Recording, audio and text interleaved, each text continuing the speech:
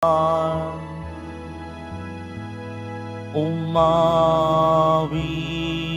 ang daigdigan, lahat ng naroroon. Umawit ang sangkatauhan, purihin ang Panginoon.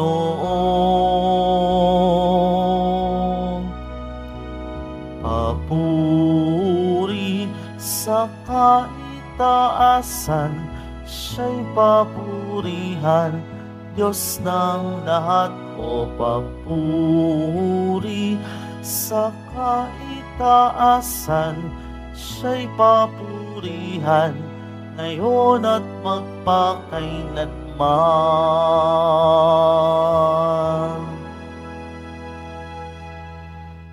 Sa ngalan ng Ama, ng Anak, at ng Espiritu Santo. Amen. Ang pagkapala ng ating Panginoong Jesucristo, ang pag-ibig ng Diyos Ama, at ang pakikipagkaisa ng Espiritu Santo, naway sumainyo lahat.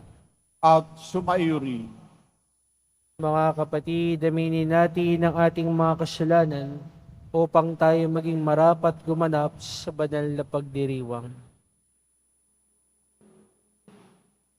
Inaamin ko sa makapangyarihang Diyos At sa inyo mga kapatid, naluba akong nagkasala sa isip, sa salita, sa gawa, at sa aking pagkukulang. Kaya isinasamo ko sa mahal na Birheng Maria, sa lahat ng mga anghel at mga banal, at sa inyo mga kapatid, na ako'y panalangin sa Panginoong ating Diyos.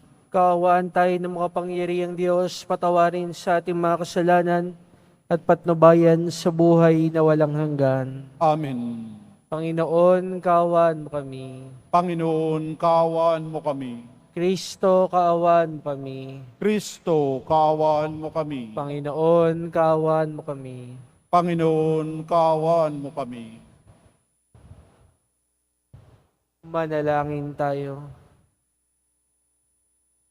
Ama naming makapangyarihan, nililingap mo mga walang inaasahan kundi ikaw. Hindi maidarangal at hindi magiging banal ang sinumang sa iyo'y napapawalay. Dagdagan mo ang iyong kagandahang loob sa amin upang sa iyong pamumuno at pangangasiwang magiliw, mapakinabangan namin ang mga biyaya mo sa lupa bilang pagkakamit na namin sa makalangit mong pagpapala. Sa pamamagitan ni Jesucristo kasama ng Espiritu Santo, magpasawalang hanggan. Amen. Maupo po tayo.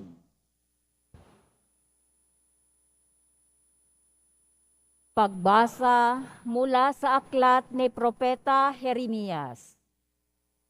Jeremias, ipaalam mo sa bayan ang inyong kalungkutan. Sabihin mo, araw-gabi, hindi na ako titigil ng pag-iyak, sapagkat malalim ang sugat ng aking bayan. Sila'y malubhang nasaktan. Pag lumabas ako ng parang, nakikita ko ang mga nasawi sa digmaan. Pag ako'y pumunta sa mga bayan, naroon naman ang mga taong namamatay ng gutom. Patuloy sa paggala ang mga propeta at mga saserdote. Subalit, hindi nila alam kung ano ang kanilang ginagawa. Panginoon, lubusan mo na bang itinakwil ang Huda? Napuot ka ba sa mga taga-Siyon? Bakit ganito kalubha ang parusa sa amin? Ano pat wala na kaming pag-asang gumaling? Ang hanap namin kapayapaan, ngunit nabigo kami. Inasam naming gumaling, ngunit katatakutan ang dumating. Panginoon, kinikilala namin ang aming kasamaan at ang pagtataksil ng aming mga magulang. Kaming lahat ay nagkasala sa iyo. Huwag mo kaming itakwil, alang-alang sa iyong pangalan. Huwag mong itulot na mapahiya ang Jerusalem, ang kinalalagyan ng marangal mong luklukan. Alalahanin mo ang iyong tipan, huwag mo sana itong sirain. Hindi makagagawa ng ulan ang mga Diyos-Diyosan ng alimang bansa. Hindi makapagpapaambon man lamang ang sinuman sa kanila. Panginoon, nasa iyo ang aming pag-asa, sapagkat ikaw lamang ang makagagawa ng mga bagay na ito. Ang salita ng Diyos. Salamat sa Diyos. Dahil sa ngalan mo, Poon, iligtas mo kami ngayon. Dahil sa ngalan mo, Poon, iligtas mo kami ngayon. Huwag mong parusahan kaming mga anak sa pagkakasala ng aming magulang. Ikaw ay mahabag sa mga lingkod mong pag-asay pumanaw. Dahil sa ngalan mo, Poon, iligtas mo kami ngayon. Mahabag ka sana, kami ay tulungan, Panginoong Diyos na tagapagligtas. Dahil sa ngalan mo, kaming nagkasalay, patawaring ganap, at ang pagpupuri sa iyo ng madlay, hindi maglilikat. Dahil sa ngalan mo, Poon, iligtas mo kami ngayon. Iyong kahabagan, ang mga bilanggong kanilang hinuli, tinggin mo ang daing. Sa taglay mong lakas, iligtas mo silang takdang papatayin. Kaming iyong lingkod, lingkod mo kaming parang mga tupa sa iyong pastulan. Magpupuring langit, magpapasalamat sa iyong pangalan. Dahil sa ngalan mo, Poon, iligtas mo kami ngayon. Tumayo po tayo.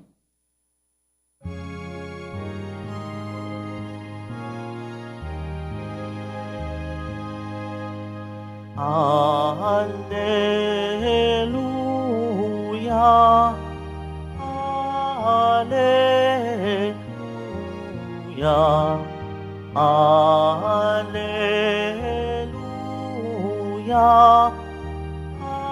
Alleluia.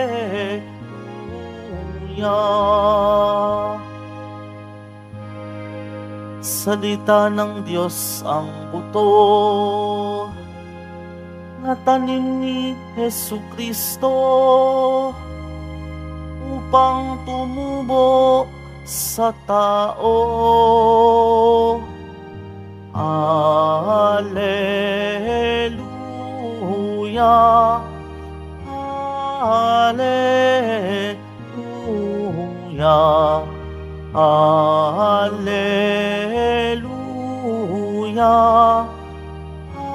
Alleluia.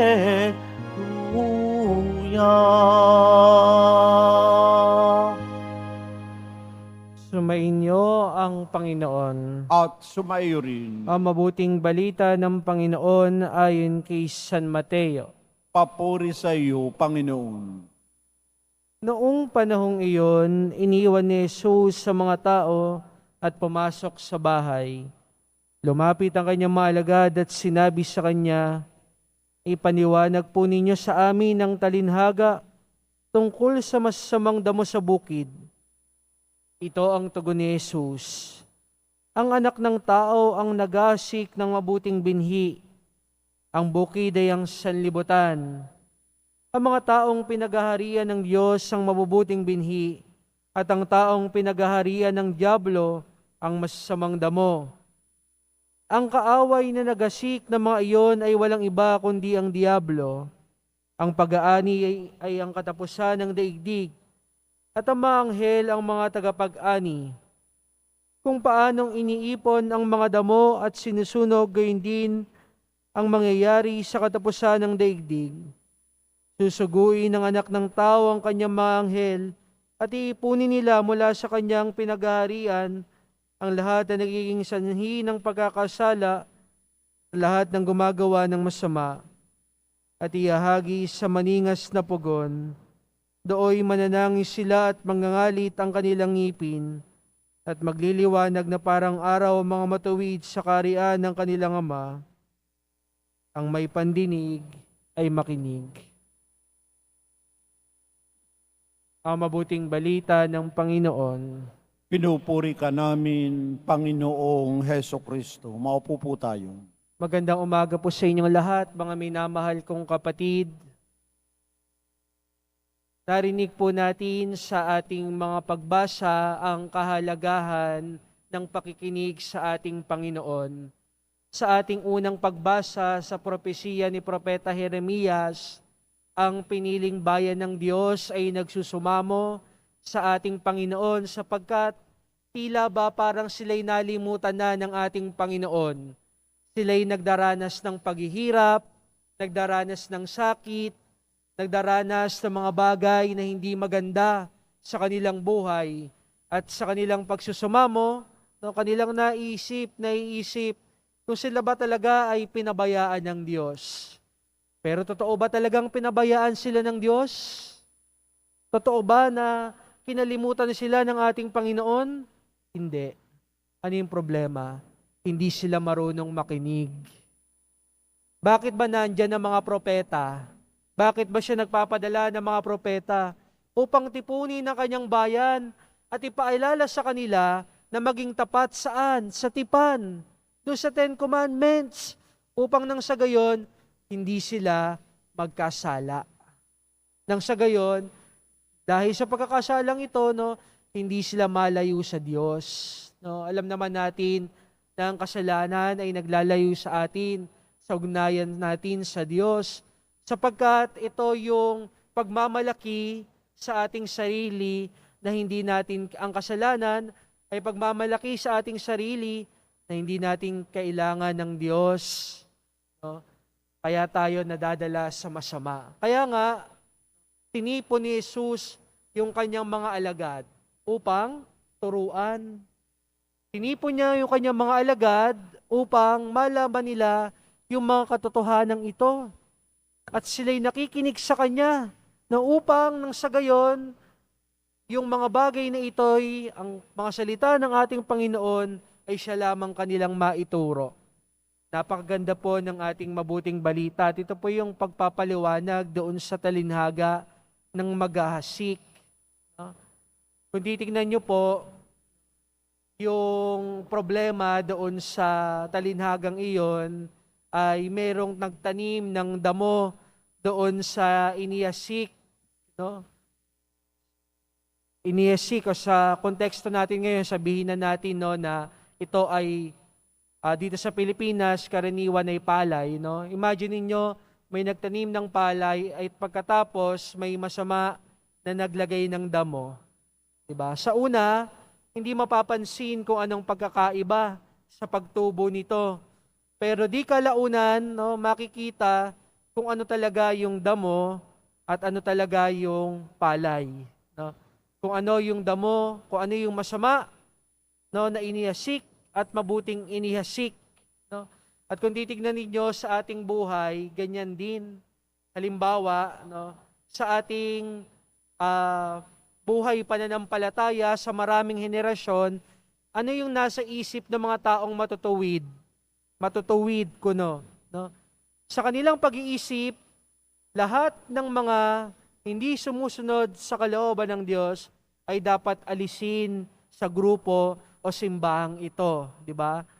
Ang dami, sa maraming pagkakataon nung sa pag-iisip nila na sila ay banal at righteous, tinatanggal nila yung tingin nilang hindi mabuti. Pero ano ba yung basihan natin? Paano ba nating malalamang ang taong ito ay mabuti? at ang taong ito ay hindi makakabuti. Kung titignan niyo yung ating history sa simbahan, sa iba't ibang mga umalis sa simbahan, dahil hindi daw banalang simbahan, karaniwan, yung mga nagsasabi na ang simbahan ay hindi banal, sila yung pasimuno ng mga kalokohan. No? Sila pala yung damo doon sa taniman. Akala natin, no, sa una, sila ay mga itinanim na mabuting binhi. Pero yun pala, sila yung dahilan upang magkasala yung iba. No? Paano po yan, Father? Paano namin malalaman? No? Paano po namin madidiscern ano po bang mabuting binhi sa hindi mabuting binhi? Sabi ng ating mabuting balita, no, ang Panginoon ang siyang maghihiwalay nito.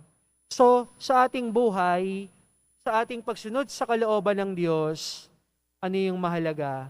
Mahalagang nakikinig tayo sa kalooban ng Diyos. Bakit? Pwede tayong madala ng masamang binhi.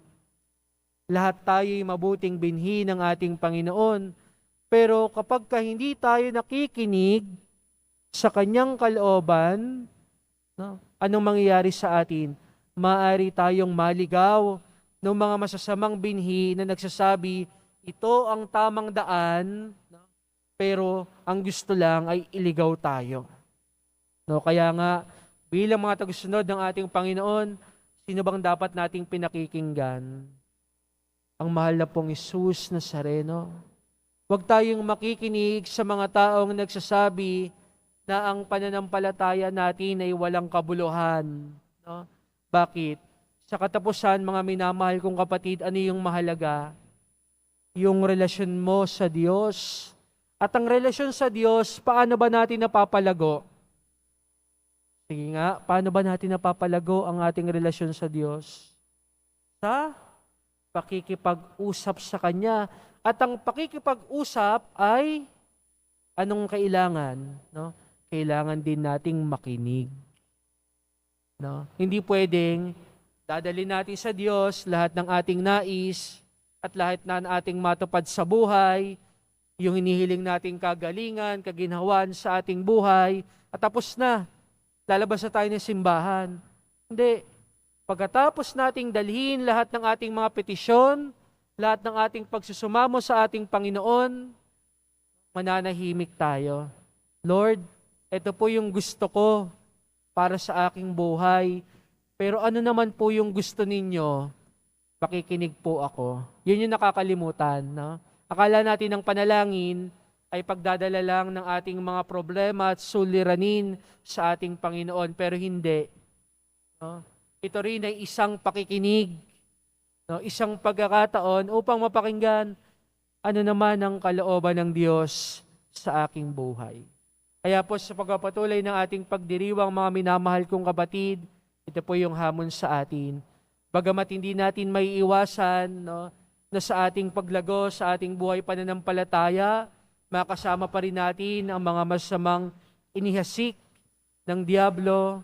Patuloy tayong makinig sa kalooban ng Diyos upang hindi tayo maligaw at tayo makiisa ng ating Panginoon sa buhay na walang hanggan. Amen.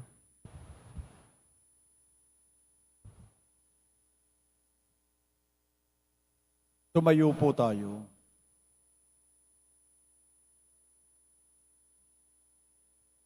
Minamahal kong mga kapatid, tinuruan tayo ni Kristo kung paano tayo makakapasok sa kaharian ng langit. Idalangin natin ang pagdating ng kaharian ng langit dahil nababatid nating sama sa atin ng Espiritu Santo na nagpapatnubay sa ating mga panalangin. Sa bawat panalangin ng ating itutugon, Diyos ng kabutihan, gawin mo kaming ganap sa iyong pamamaraan. Diyos ng kabutihan, gawin mo kaming ganap sa iyong pamamaraan.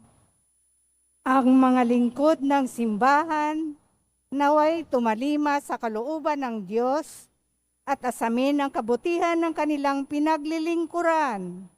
Manalangin tayo. Diyos ng kabutihan, gawin mo kaming ganap sa iyong pamamaraan. ang mga pinagkatiwalaang magdulot ng katarungan at may sakatuparan ang mga batas, naway tumingin kay Kristo bilang bukal ng karunungan. Manalangin tayo. Diyos ng kabutihan, gawin mo kaming ganap sa iyong pamamaraan. Tayo naway maghintay sa panahon ng pag-aani ng Diyos at huwag tayong manghusga ng ating kapwa. Manalangin tayo. Diyos ng kabutihan, gawin mo kaming ganap sa iyong pamamaraan.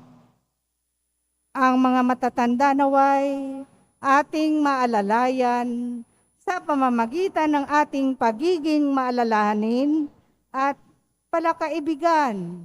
Manalangin tayo. Diyos ng kabutihan, gawin mo kaming ganap sa iyong pamamaraan.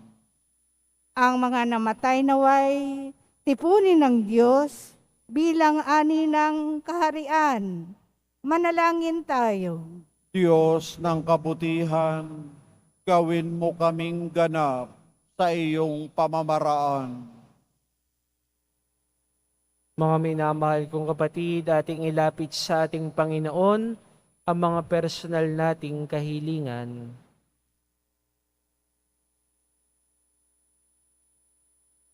Ipagdasal din natin ang talalahanin ng lahat ng nagpamisa, lahat ng himiling ng ating panalangin, at ang lahat ng kaluluwa sa purgatorio. Manalangin tayo. Diyos ng kabutihan, gawin mo kaming ganap sa iyong pamamaraan. Panginoon ng langit at lupa, pakinggan mo ang mga hinaing ng iyong bayan. Hinihiling namin to sa pamamagitan ni Kristo aming Panginoon. Amen. Maupo po tayo.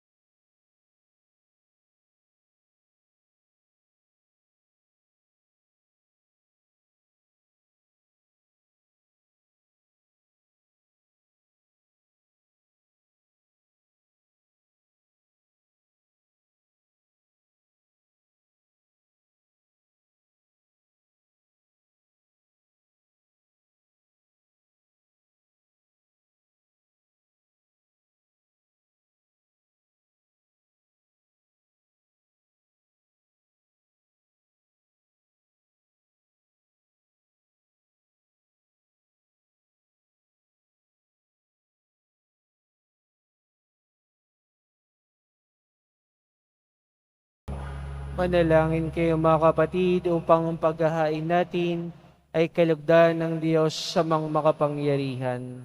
Tanggapin nawa ng Panginoon itong paghahain sa iyong mga kamay, sa kapurihan niya at karangalan, sa ating kapakinabangan at sa buong sambayan na niyang banal. Ama naming lumikha, tanggapin mo ang mga alay na sa iyo rin nagmula at ngayong aming ginaganap sa iyong dambana upang sa aming ginaganap na pagdiriwang ang iyong paglingap ay magtaguyod sa tanan at magpabanal sa aming pamumuhay sa kasalukuyan at mag-akay sa amin sa ligayang walang katapusan. Sa pamamagitan ni Jesucristo, kasama ng Espiritu Santo, magpasawalang hanggan.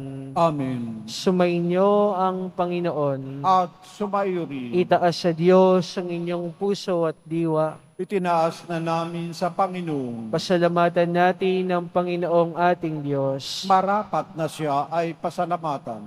Ama naming makapangyarihan, tuningang marapat na ikaw ay aming pasalamatan.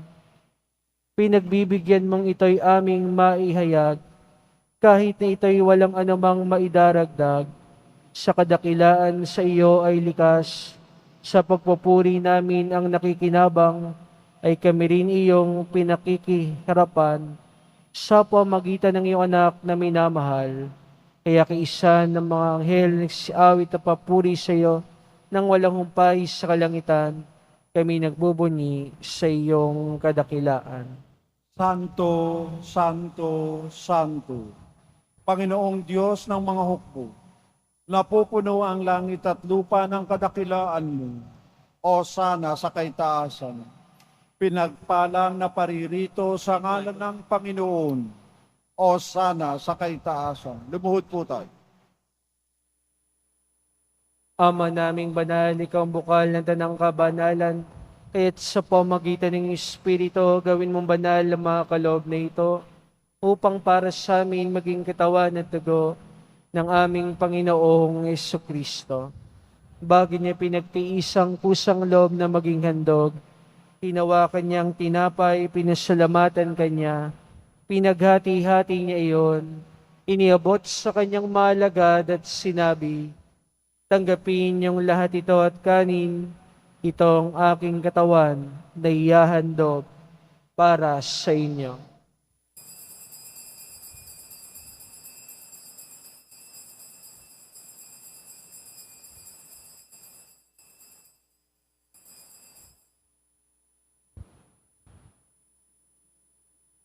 Gayun din naman nang matapos ang hapunan, hinawakan niya ang kalis, muli kanyang pinasalamatan. Iniabot niya ang kalis sa kanyang malagad at sinabi, tanggapin niyong lahat ito at inumin. Ito ang kalis ng aking dugo, ng bago at walang hanggang tipan. Ang aking dugo na ibubuhos para sa inyo at para sa lahat sa ikapagpapatawad ng mga kasalanan. Gawin ninyo ito sa pag-alala sa akin.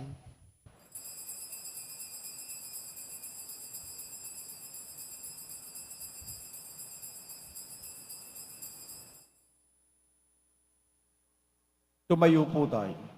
Ipagbunyi natin ang misteryo ng pananampalataya. Si Kristo'y namatay, si Kristo'y nabuhay, si Kristo'y babalik sa wakas ng panahon. Ama, ginagawa namin ngayon ang pag-alaala sa pagkamatay at muling pagkabuhay ng iyong anak. Kaya tinialay namin sa iyo ang tinapay na nagbibigay buhay at ang kalis na nagkakaloob ng kaligtasan. Kami nagpapasalamat dahil kami yung minarapat ito may isarap mo para maglingkod sa iyo.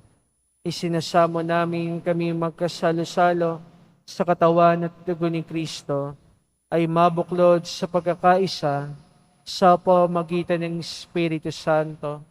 Ama, lingapin mo ang iyong simbahang laganap sa buong daigdig. Puspusin mo kami sa pag-ibig kaysa ni Francisco na aming Papa at ni Jose na aming Obispo ng Tanang Kaparian. Alalahanin mo rin mga kapatid naming nahimlay na may pag-asang sila'y muling mabubuhay. Gayon din ang lahat ng mga pumanaw. Kaawa mo sila at patuloyin sa iyong kaliwanagan. Kaawaan mo at panginapat kami lahat na makasalo sa iyong buhay na walang wakas. Kaysa na Malabereng Maria, Ina ng Diyos, ng kabiyak na puso niyang San Jose, kaysa ng mga apostol at lahat ng mga banal na namuhay dito sa daigdig ng kalugod-lugod sa iyo, may pagdiwang nawa namin ng pagpupuri sa ikararangal mo sa pamagitan ng iyong anak na aming Panginoong Hesukristo. Sa pamagitan ni Kristo, kasama niya at sa Kanya, ang lahat ng parangal at papuri ay sa iyo, Diyos sa mga makapangyarihan, kasama ng Espiritu Santo, magpasawalang hanggan. Amen. Sa tagubilin naman nakagagaling na utos sa turo ni Jesus na Panginoon natin at Diyos, ipahayag natin ng lakas loob. Ama namin, sumasalangit ka, sambahin ang ngalan mo, mapasa amin ang kaharian mo, sundin ang loob mo dito sa lupa para nan sa langit. Bigyan mo kami ngayon ng aming kakanin sa araw-araw at patawarin mo kami sa aming mga sala para ng pagpapatawad namin sa nagkakasala sa amin. At huwag mo kaming ipahintulot sa tukso at iadya mo kami sa lahat ng masama. Inihiling namin kami diyas sa lahat ng masama, pagkalooban ng kapayapaan araw-araw, iligtas sa kasalanan, ilayo sila ng kapahamakan, samantalang aming pininanabikan ang dakilang araw ng pagpapahayag ng tagapagligtas naming si Jesucristo. Sapagkat iyo ang kaharian at ang kapangyarihan at ang kapurihan magpakailanman. Amen. Panginoong Jesucristo, sinabi mo sa mga apostol, kapayapaan ang iniiwan ko sa inyo, ang aking kapayapaan ang ibinibigay ko sa inyo. Tungian mo ang aming pananampalataya at huwag ang aming pagkakasala, pagkalooban mo kami ng kapayapaan at pagkakaisa ayon sa iyong kalooban. Kasama ng Espiritu Santo, magpasawalang hanggan. Amen. Ang kapayapaan ng Panginoon ay laging sumainyo. At sumaiyo rin. Magbigayan kayo ng kapayapaan sa isa't isa. Peace be with you. Kordero ng Diyos na nag-aalis ng mga kasalanan ng sanlibutan, maawa ka sa amin. Kordero ng Diyos na nag-aalis ng mga kasalanan ng sanlibutan, maawa ka sa amin. Kordero ng Diyos na nag-aalis ng mga kasalanan ng sanlibutan, ipagkaloob mo sa amin ang kapayapaan. Lumuhod po tayo.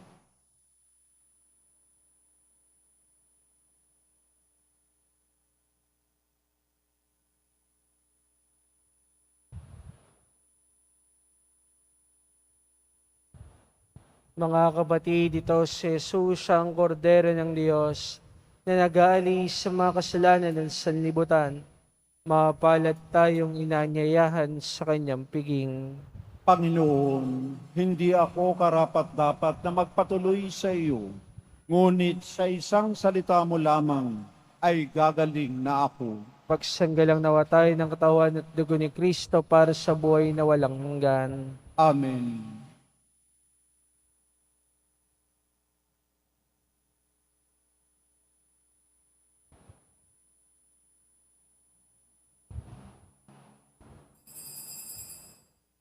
Para sa lahat ng tatanggap ng banal na komunyon, sasagot po tayo ng amin pagkasabi ng pari o ng lay minister ng katawan ni Kristo. At isubo agad sa bibig bago umalis sa harapan ng pari o lay minister. Sumunod po tayo.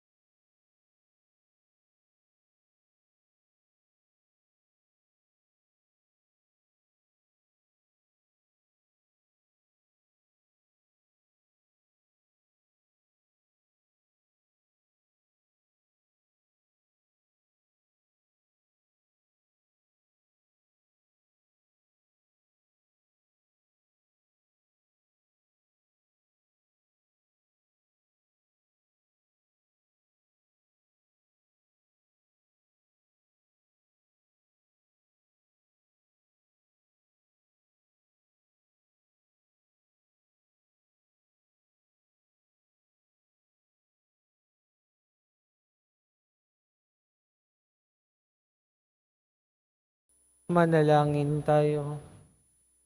Ama naming mapagmahal, pinagsaluan namin sa banal na pakikinabang ang alaalang walang kupas sa iyong anak na nag-alay ng sarili niyang buhay para sa aming kaligtasan. Ipagkaloob mong ito'y magdulot ng pag-unlad sa ipinamanay niya sa aming pagliligtas bilang tagapamagitan kasama ng Espiritu Santo magpasawalang hanggan. Amen. Sumainyo ang Panginoon. At sumaiyo rin. Mahal na pong Jesus Nazareno, inihayag mo sa pamamagitan ng krus ang walang maliw na pag-ibig ng Diyos ang katauhan. Pakinggan mo mga kahilingan ng iyong angkang nagsusumamo sa iyo. Makamtan nawa nila ang iyong katugunan at tanggapin ang kasagutan ng may utang na loob na tinatanaw. Basbasan din po ninyo mga daladala nilang mga imahen at dasalan. Sa pamagitan ng bendisyon na ito, naway maalala nila ang mga pangako nila noon sa binyag, na ikaw ay kanilang iibigin at paglilingkuran bilang Panginoon magpasawalang hanggan. Amen. At pagpalain kayo ng mga pangyarihang Diyos, Ama, Anak at Espiritu Santo. Amen. Umayo kayong taglay ang kapayapaan ng Pong Jesus Nazareno. Salamat sa Diyos.